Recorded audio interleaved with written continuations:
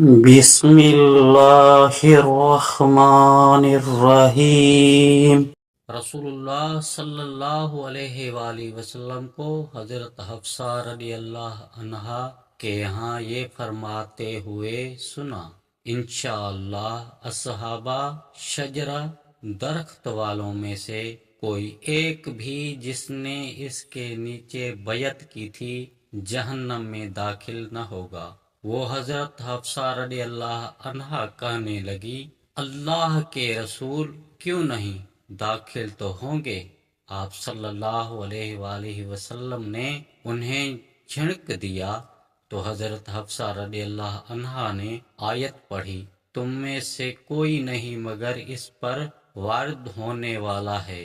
تو رسول اللہ صلی اللہ علیہ وآلہ وسلم نے فرمایا، اس کے بعد اللہ تعالیٰ نے یہ بھی فرمایا ہے، پھر ہم تقوی اختیار کرنے والوں کو جہنم میں گرنے سے بچا لیں گے اور ظالموں کو اس میں گھٹنوں کے بل پڑا رہنے دیں گے۔ تقوی کی شرطیں۔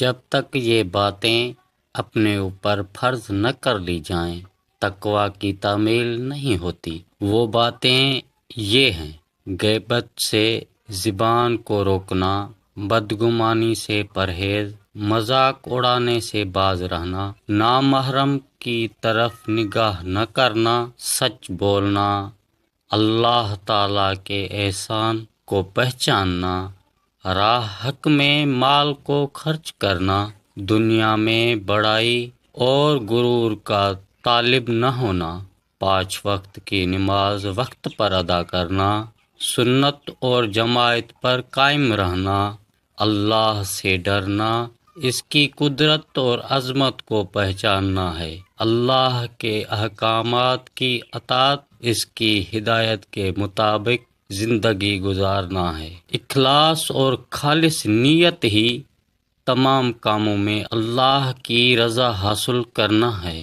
توبہ اور خود اصابی، اپنی غلطیوں کو پہچاننا اور درست کرنا ہے۔ ان شرائط کو اپنانے سے ہم حقیقی تقوی پیدا کر سکتے ہیں اور اللہ کے ساتھ اپنے تعلق کو مضبوط کر سکتے ہیں۔